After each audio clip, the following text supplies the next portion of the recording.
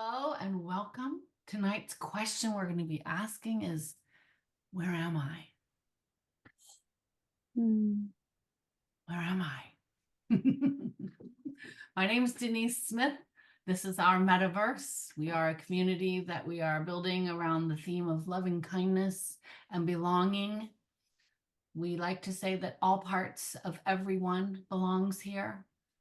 That means that the parts that you don't tend to just bring out with you and show others, those parts belong here too.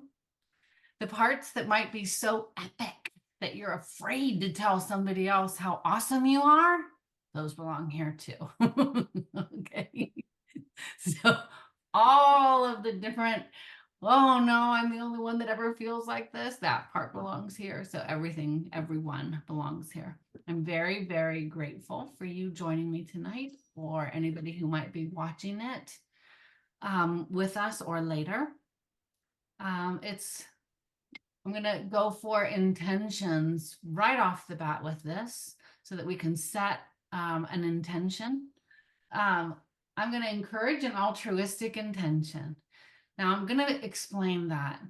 For me, my biggest growth has been in, well, let's put it this way. When I get the most sad or the most depressed or the most filled with anxiety, it's when my thoughts start to say, but what about me? But I need attention, but I need love, but I need kindness, but I need, and I wind myself into a downward spiral with those thoughts.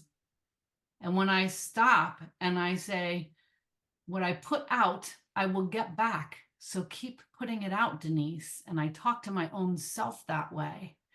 Then I don't worry about this pitiful Denise. I see the strong Denise immediately, and I go and I give it to the people who I feel like I can give it to that day. And it really stops this, what about me? How about me? Nobody loves me sorrow spiral.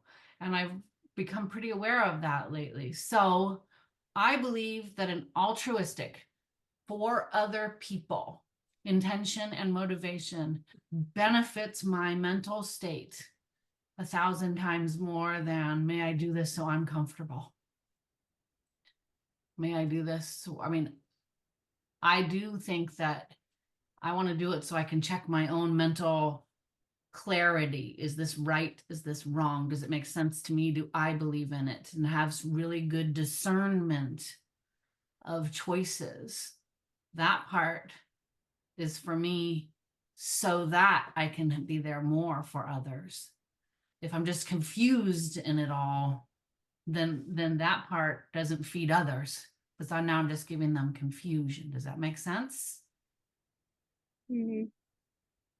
So for me, I'm going to invite for us to try a few times and see what it does for you. And we'll get some feedback maybe in a few classes and just say, wow, when I stopped doing the intention for me and I started doing the intention for others, what did that do to my thoughts? Okay. No, we don't want any doormats. We want wisdom in picking which others. We like all others, but maybe we're not there yet. And I don't want anybody being a doormat in this group, because I get the little, they mess with our group and they got to come through me. Like that. No doormats here. Anyways, I want to invite us. I'm going to set an intention tonight that I'm going to open our minds, hopefully, in a little contemplative meditation that just makes us question a couple of things with regards to where am I? And my intention with that will be to press what we normally think. Karuna always uses the word provoke, to provoke thought a little bit around this. So it's a kind, playful provoke. My motivation in that will be so that we can let go of some of the things we believe and hold on to super tightly with clinging, and might be able to say, what if it's different than I've been thinking it has been? And see if we can just ease around that. So that's my intention and motivation for what we'll be doing tonight. And I'd like to just invite us to take a quick, quiet 30 seconds or so and try to come up with our own, what will I do tonight and why will I do it? Our intention and motivation.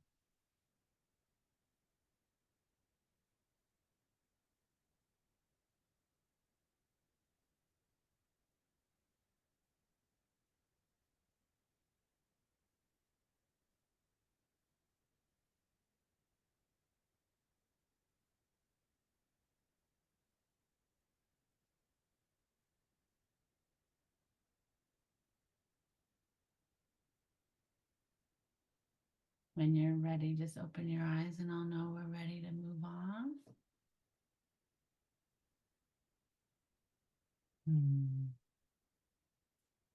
So what we did right there in Lama Zopa's language is we just put 10,000 times the force behind what we're doing right now than what we would have had without that intention.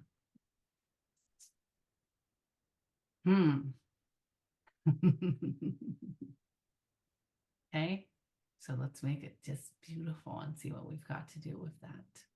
I'm going to do quick check-ins. If we can do 1-minute check-ins, I would love that.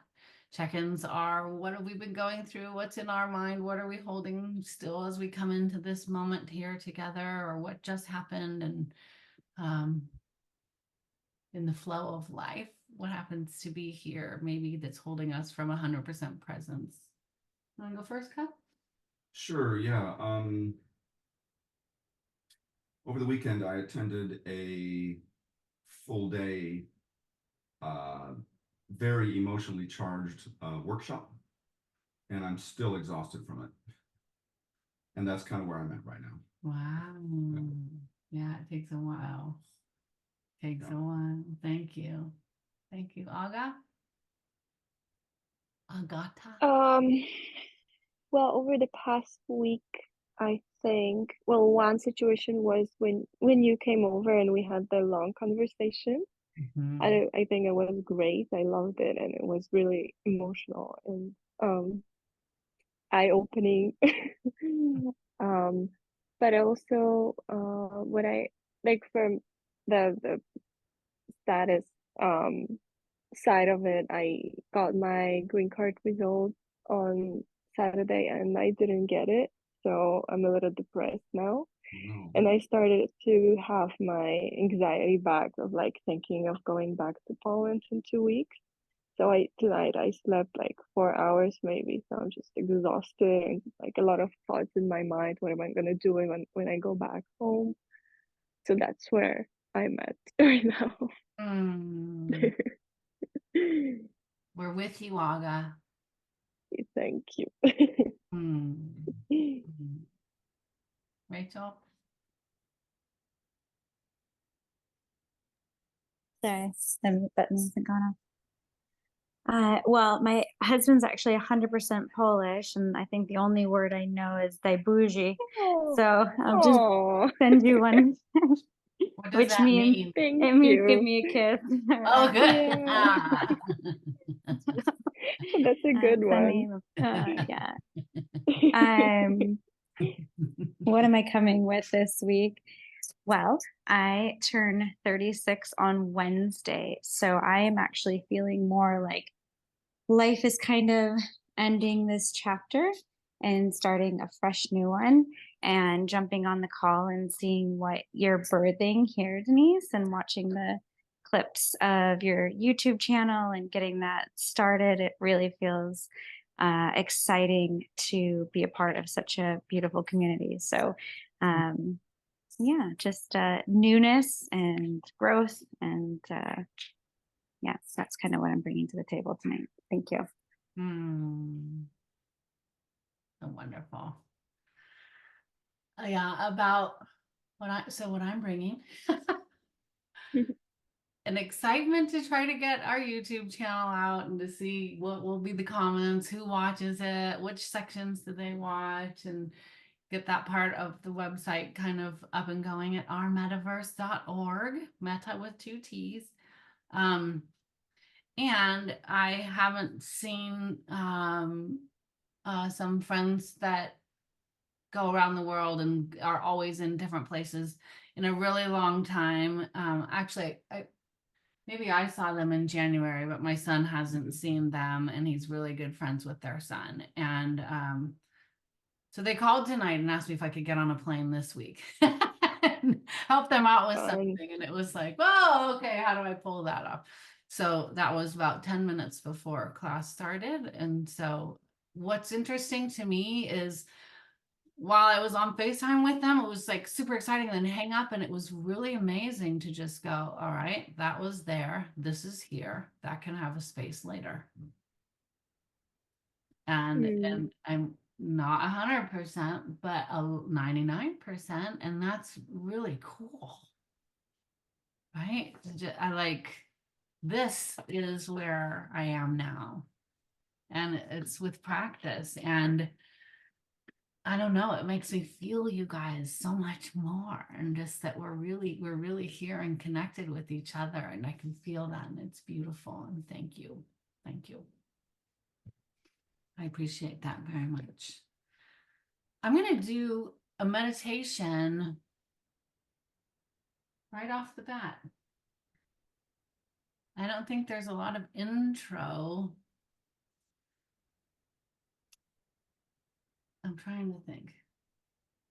I think I'm going to go straight into it. I do want to, they keep saying that like just this super straight spine is what really helps us almost be an antenna to what we need from the universe, is maybe how we could word it in hippie style talk or something. But just this ability to like not cut off this flow of energy. When we do the 9-round breathing, which we can do tonight, actually, we'll start off that to center us. When we do that 9-round breathing, some of the teachings are telling me that is to clean our channels.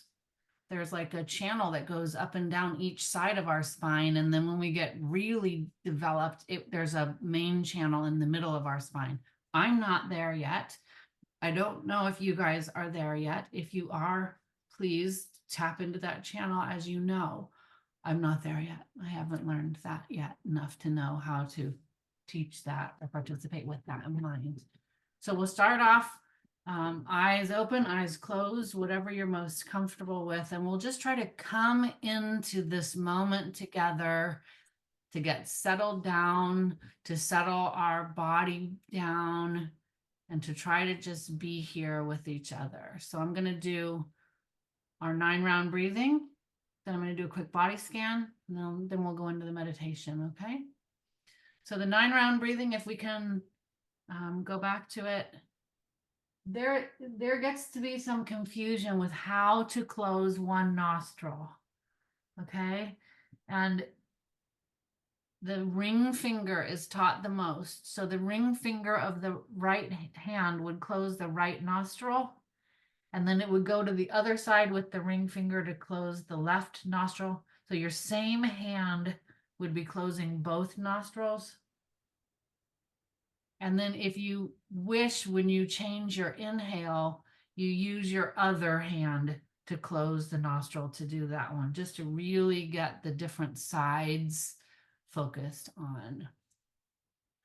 So we'll start off by using our right hand to close our left nostril, and we'll go in breath or inhale with the right nostril, move the right hand to the right nostril, and go exhale with the left nostril.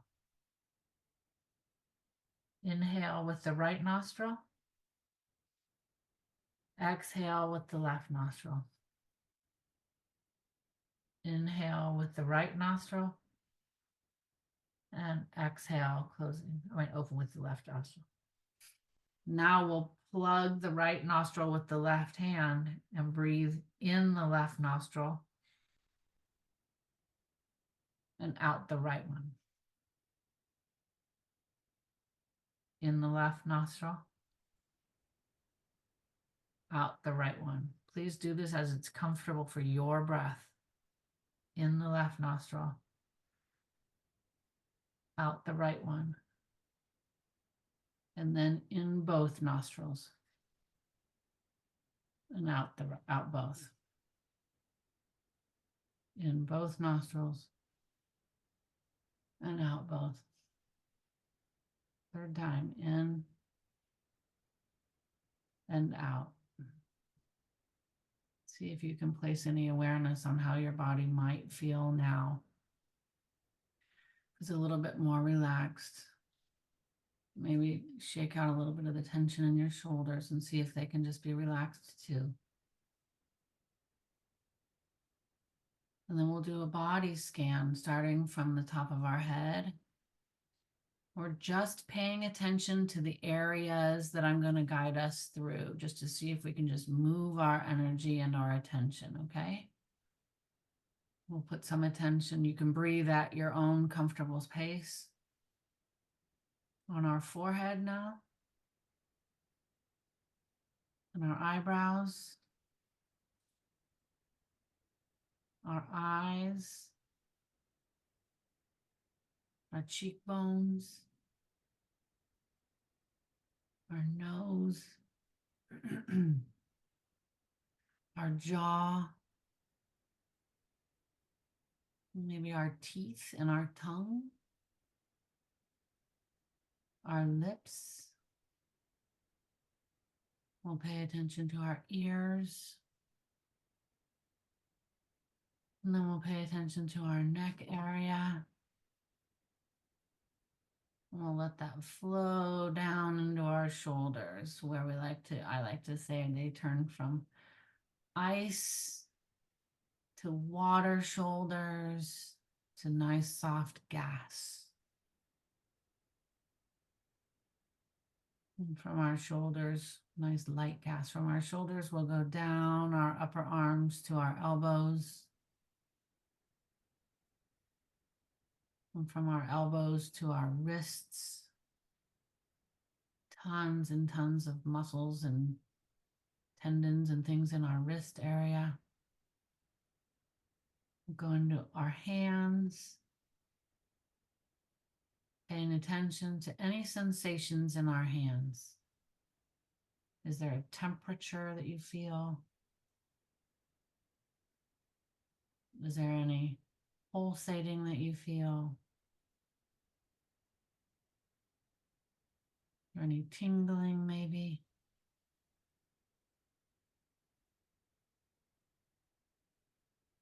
And we'll take a nice cleansing breath and we'll bring our attention back up our arms, up our elbow area, up our shoulders, and then we'll go down our spine as if we're going down one vertebrae at a time.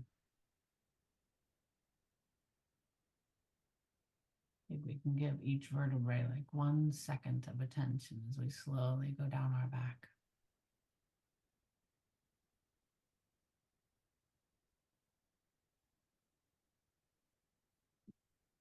And we can get to our pelvis area, pelvic area. Excuse me. We'll put some attention out to each hip. And from our hips, we can go down our upper legs, onto our knees. Keep breathing into this whole movement. From our knees, we'll go down our lower legs. We'll get to our ankles and our heels. Lots and lots of things going down to our feet. We can feel the upper part of our foot and the outside part of our foot. Feel the arch of our foot and out into the toes. Maybe feel each one of your toes with a little wiggle.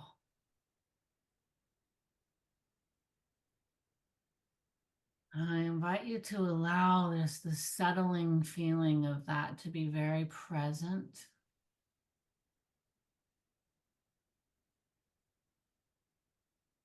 I'm going to walk us through some questions that might have an answer and might not for us.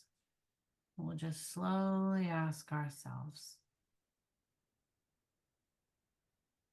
Now, for me, this is easier to ask myself with my own name rather than where am I? It's easier for me to say, where is Denise? Or where is the Denise? So if you want to use your own name or if you want to use I, either one of those are appropriate. I'm going to be guiding this in the where are you? But then you can ask yourself, where am I? Or where is Kevin? Okay?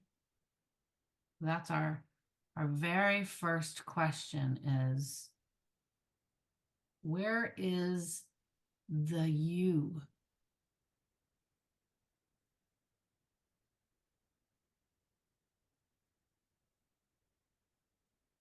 If you were to just try to identify with the, well, I'm here. Where is it? Is it in your heart?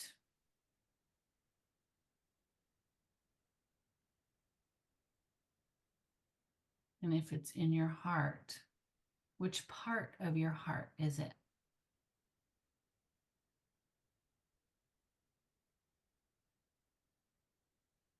Is it in the whole heart? Is it in one of the arteries that go to the heart?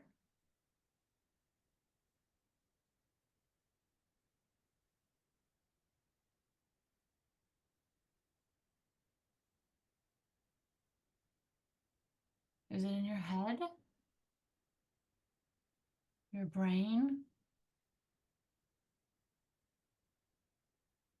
Is that you in your brain somewhere? Is it in your prefrontal cortex?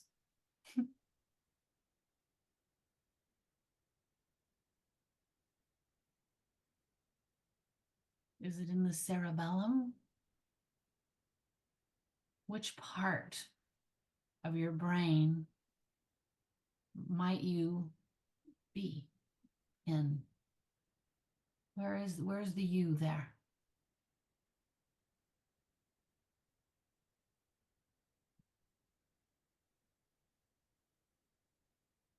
Is there some you in your legs?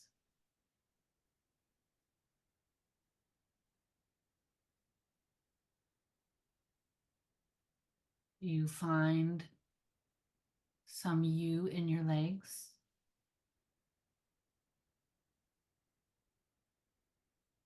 Which part of your leg is it in?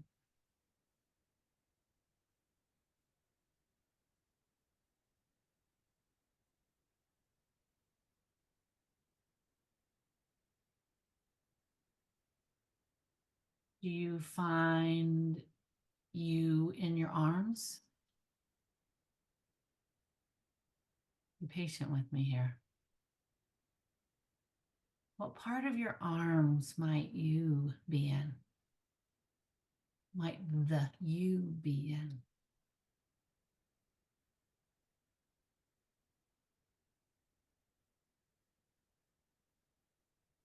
Is it in your gut area? Is the you in there somewhere?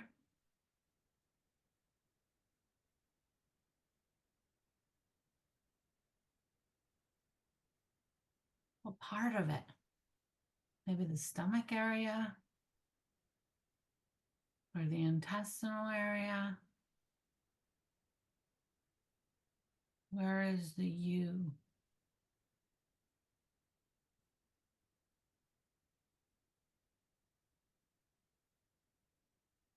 How about if it's in your whole body? Is that where the you is located? Is that where you are located?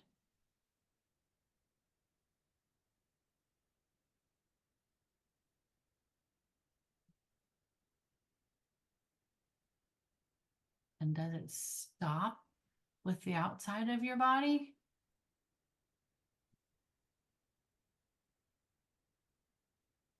Is there any part of you that might be outside of your body?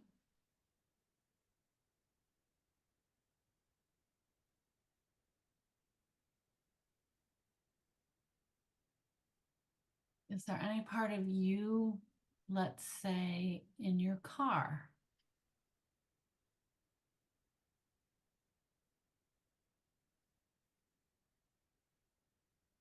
Or in your glove compartment?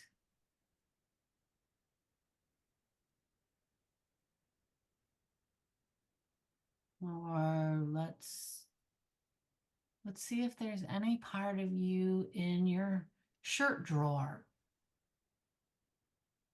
Open up your drawer. There's all your shirts. Is there any part of you there?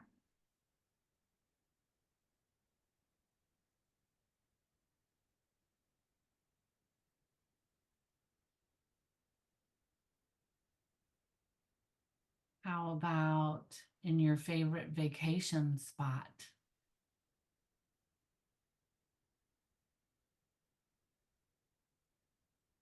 Is there some you there?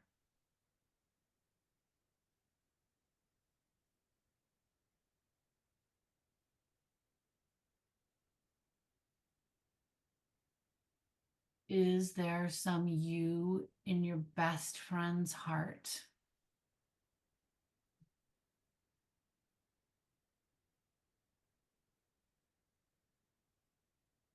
What part of their heart might you be in?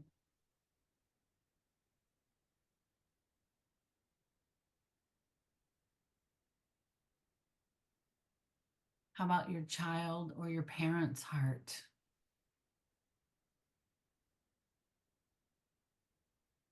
Is there some you there?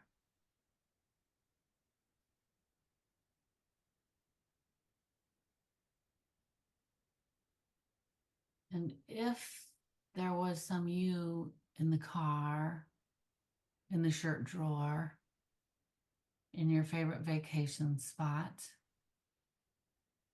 in your best friend's heart, in your parents' or your child's heart, does it change your answer when I ask again, does the you stop with your body?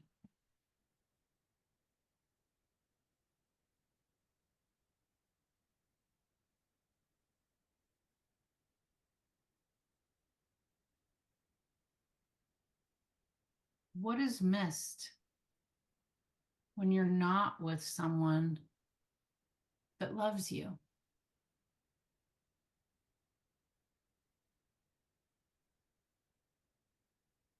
Is it just your body that's missed by them?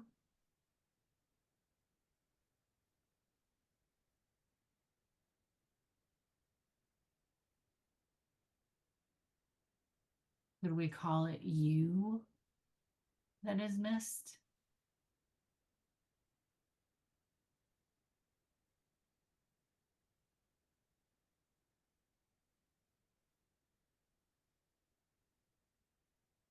And the final question for our meditation,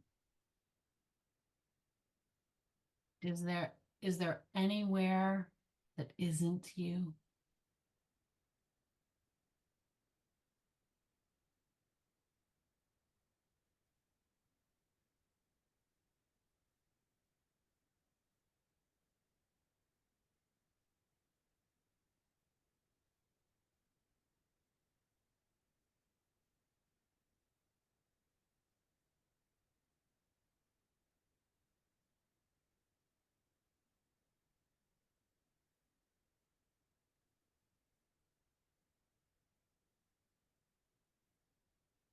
When you're ready, take 3 nice cleansing breaths.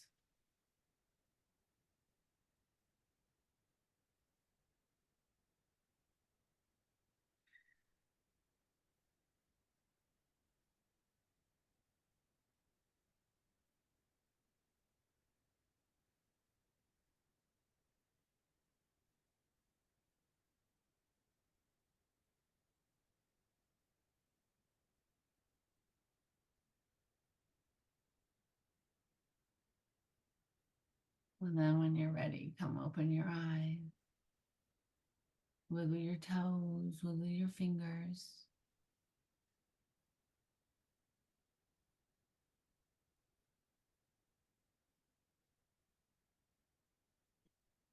And I'd like to just give you a minute. Just kind of feel that. And just allow that new, what the heck? I'm not sure I've thought of it like that before. And what if we don't have a specific answer to each one of those?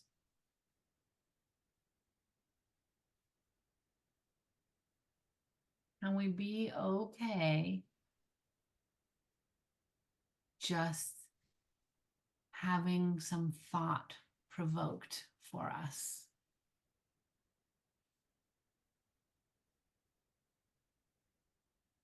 What would it mean if I'm not just my body? What does it mean if it seems like it doesn't just stop there, maybe? Did anybody feel like it did just stop at your skin? Or at the outside of your body? I still have a hard time identifying where certain feelings and concepts and things physically reside. So I don't know the answer to that. Mm-hmm. Um, Mm-hmm. Did anybody conclusively say, no, it stops at my body. My me stops at my body?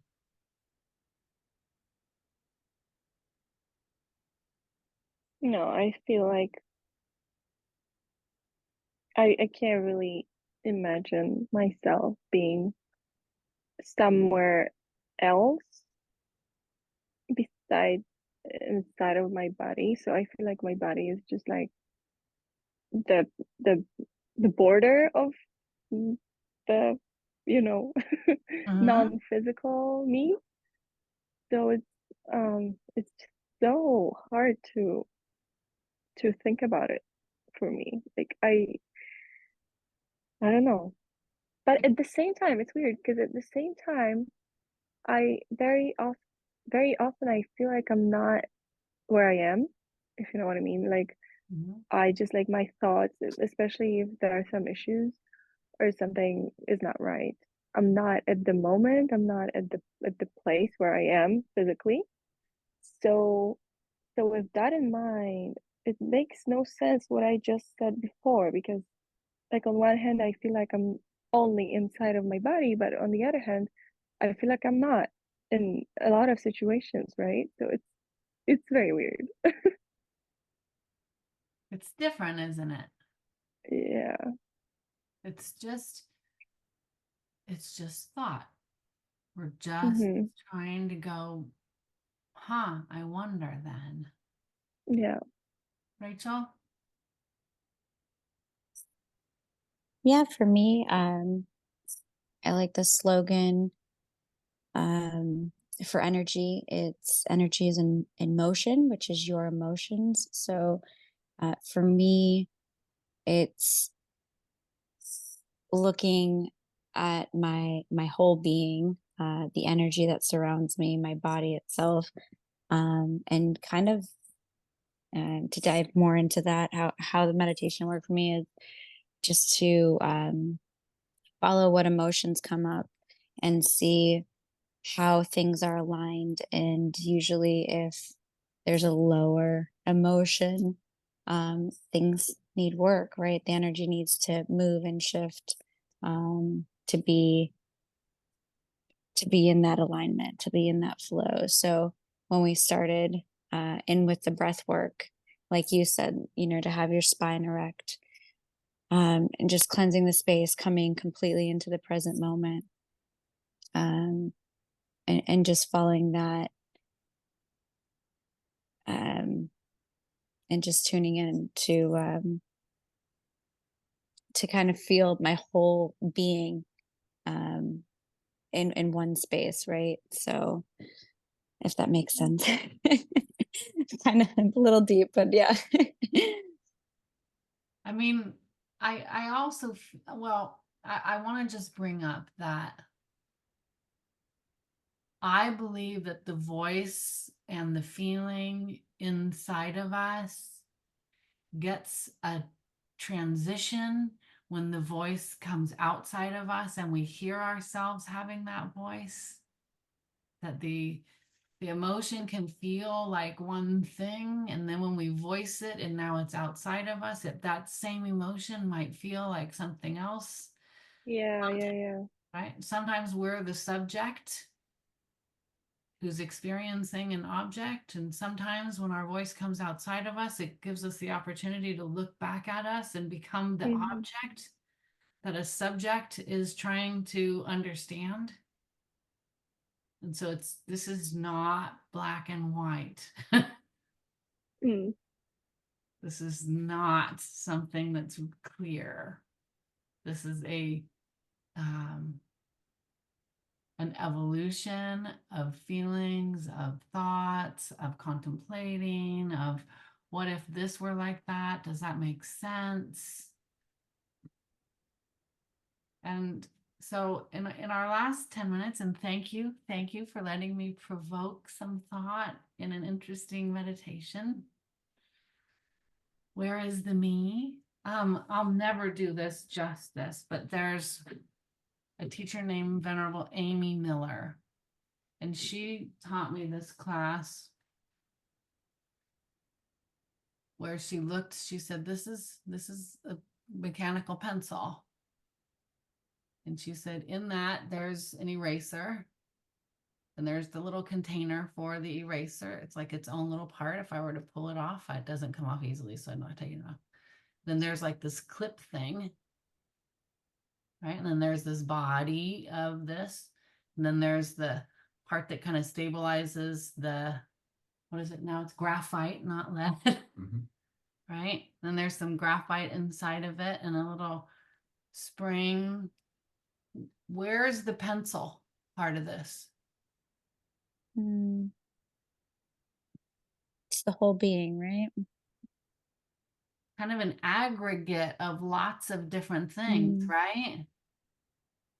And if we took it down to little tiny parts of each one of these parts, they too would be little parts that make up the clip or that make up this eraser area. So it's like those, when the parts become aggregated, then we have pencil. But other than that, there's not this pencil being until they are. Okay, this is one of, I am introducing this tonight. This is a lesson in what Buddhism calls emptiness. Okay, it is a very, very tricky subject. People meditate on it for lifetimes. We are not supposed to go, aha. Okay. And the reason I'm bringing it up tonight is because Karuna is coming next week for the next 3 weeks. Now, Aga referred to a conversation that we had with her and Nathan and Alessandro and Lucas, who come to our classes sometimes, but they couldn't make it tonight. And we were, I actually called Rachel and talked with her a little bit about the idea of our mind putting a story onto an object. I'm just opening up something tonight, okay? Because Karuna is going to make this either a lot more, whoa, what are they doing right now? Or hang on, it's starting to come together. So Karuna Cayton was my very first teacher. And he taught me the idea of emptiness. Now, when I say taught me emptiness, it's not possible. He introduced me to the idea of emptiness. The word in English can be very uncomfortable.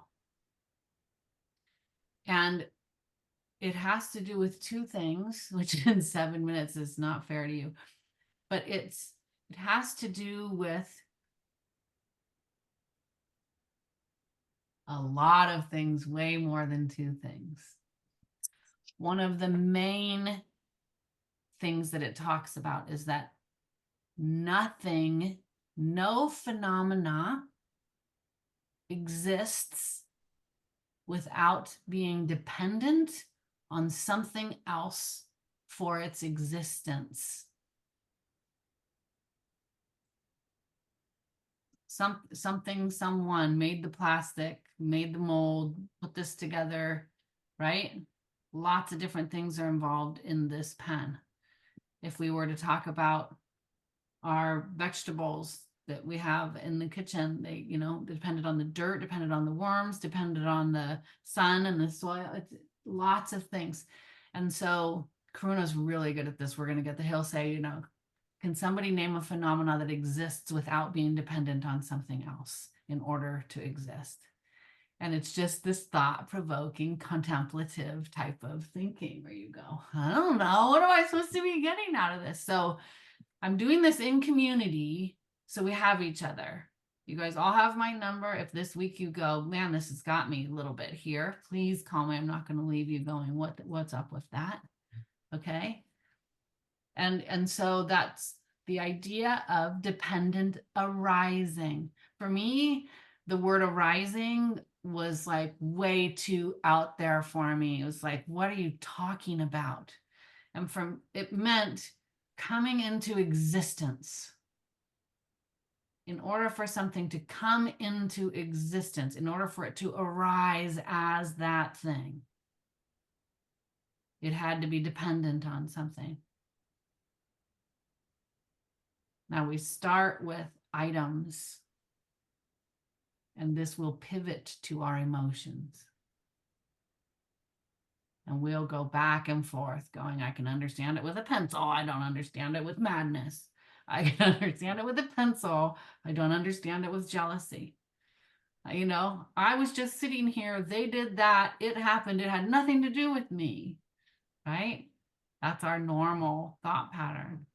So we slowly start to think, wow, what is this thing dependent on?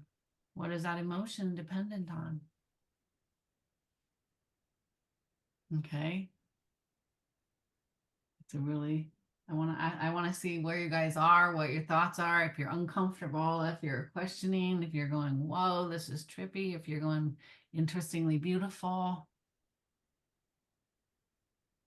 Can you dive in a little bit more than Denise? So, okay, an emotion comes up, like you said, a lower one, right? An anger, jealousy.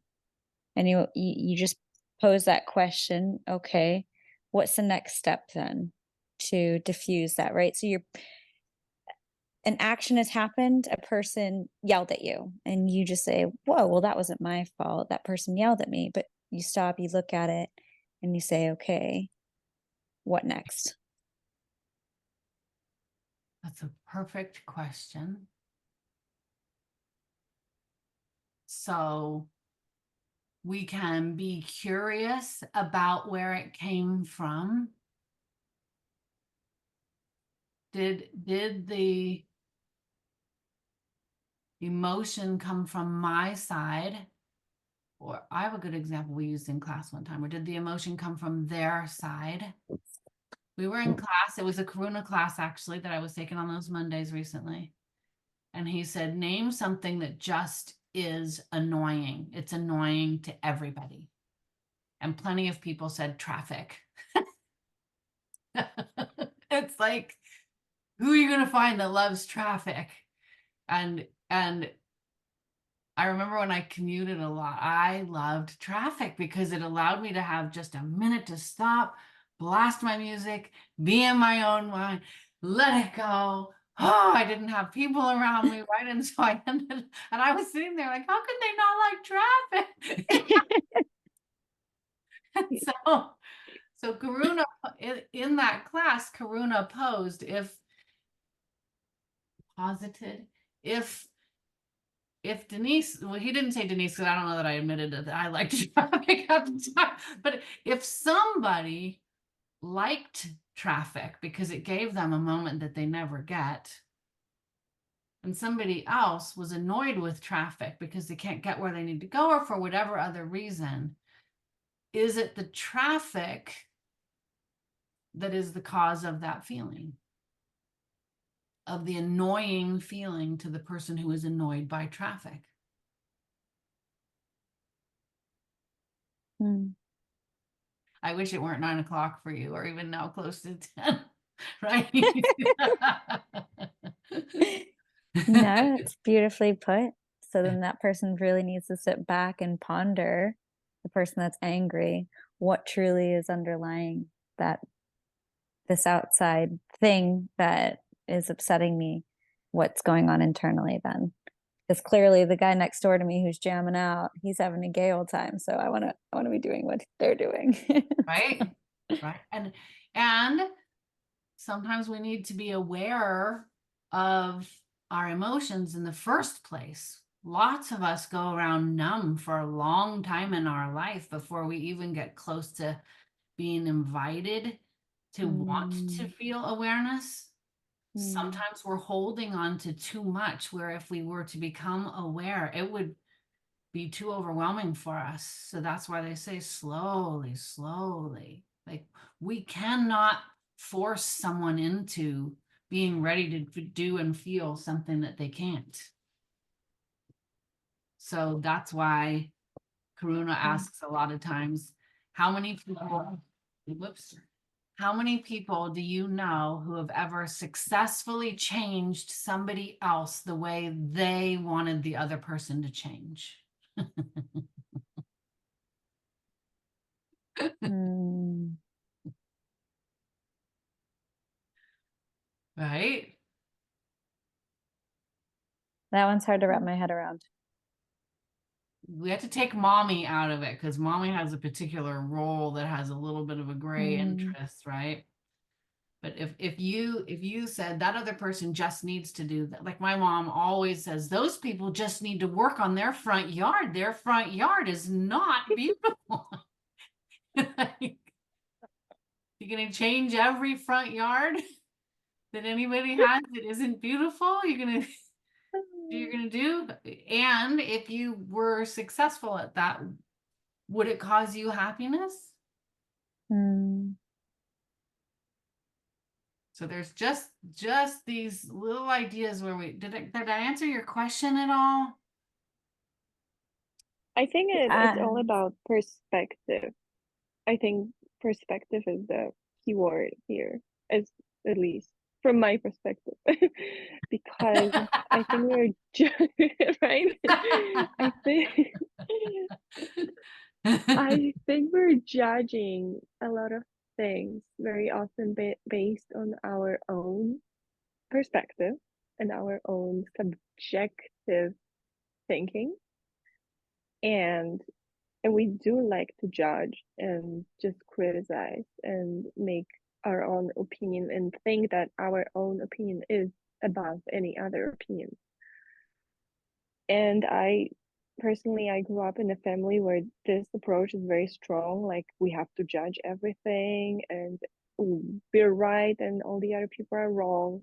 And for me, it's super hard to, like, drop this idea and start thinking about how different people can have different perspective and different opinion, and that everything is just so subjective that it's just so hard to say this is the only true and this is how we see this and this is right and this is wrong, because it's not. So that's how I try to I don't know if it makes sense what I'm saying right now, but I'm Sure, just like, for sure. yeah, that's my thought about it. For sure it does, right? And we can always ask ourselves, if we were the opposite gender of what we are, Mm, if we were 50 years older than where we are, yeah. if we lived in a completely different financial state than we do, Hmm. would it be the same? Probably not. I think that's kind of an empathy tool where you just switch roles and just, Yeah. what would it be like if I were them? Would I have this Hmm. same, this is how it just should be, and this is the right way? And Hmm. now for me, Yeah. I don't know that my teachers say, you know, hopefully you take away XYZ from this. They like to leave you here and see you again. And I like to share what my experience has been, only to tell you something changes, but please know you're not me, right? So when I share from my side, I do that because it helps. When I was first learning these subjects, like, somebody tell me why I would think about this at all. Now I'm just frustrated. Mm. So I can tell you, Agata knows this. She's with my brother right now at his house. He loves his opinion. We Mm. love our opinion. Our family Mhm. was raised very righteous. I didn't even know what the Mhm. word meant. But it was like, don't these people see that if they could just blop, blop, blop, then Yeah. this, right? Yeah. And I'm just a Mm. fixer. And if they just did it my way, the whole world would be better. Mhm. And it's what my experience has been is letting go of that type of thinking, or working on practicing letting go of that type of thinking. Because, right, isn't it a little hypocritical that I'm here telling you certain things while we're in class together Mm. because they seem to work for me? Well, that's Mm. why I try very hard to communicate a light hold on those ideas, so that if they don't work for you, I understand and it's okay. They don't have to. Does that make sense? So Yeah. I put out something that says, when I started to change my perspective with regards to traffic always being the cause of anger or whatever the situation might be, it allowed me to start thinking, what if that person just had a horrible day? And what Mhm. if this person over here just found out some really scary news? And is it for me, it turned into being able to say, what can I do to ease their angst? Rather than, if they were just different, I wouldn't be feeling angst.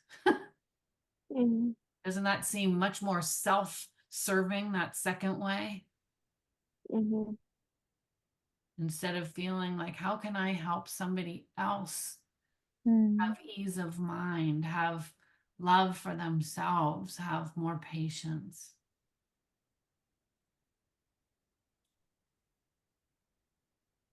I'm going to leave us. I love your contemplating faces. I love them so much. This is really good.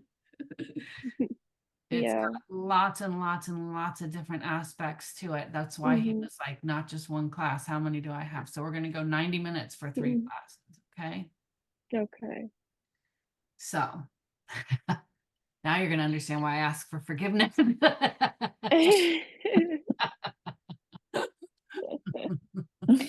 We love you, Denise. I love you back. If there's anything I said that created a big discomfort with you, or that was just like, this is just crazy cray, please forgive me. That was not my intention. If there's anything you brought forth that made you question yourself in any way, please forgive yourself. Please love yourself in place of thinking something that you need to be negative to yourself about.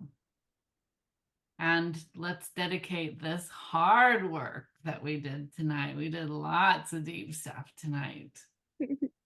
Let's dedicate that to helping everybody's beautiful, loving heart mind, wherever it may exist, develop and understand that it's not alone,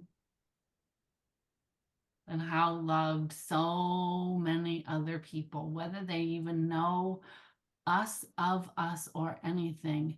Imagine all of the people around the world that just say, I wish that anybody who is suffering be free from that suffering. May we receive that from all of the people we don't even know of that have that wish for us. And may we use this merit to immediately send out back to anybody else who is suffering, so that they may be free from that, alleviated from the stress and angst and pain and depression, and feel love and ease in their own me-I-ness. Love you guys. Thank you so much. Thank you. Mm. Love you. Thank you.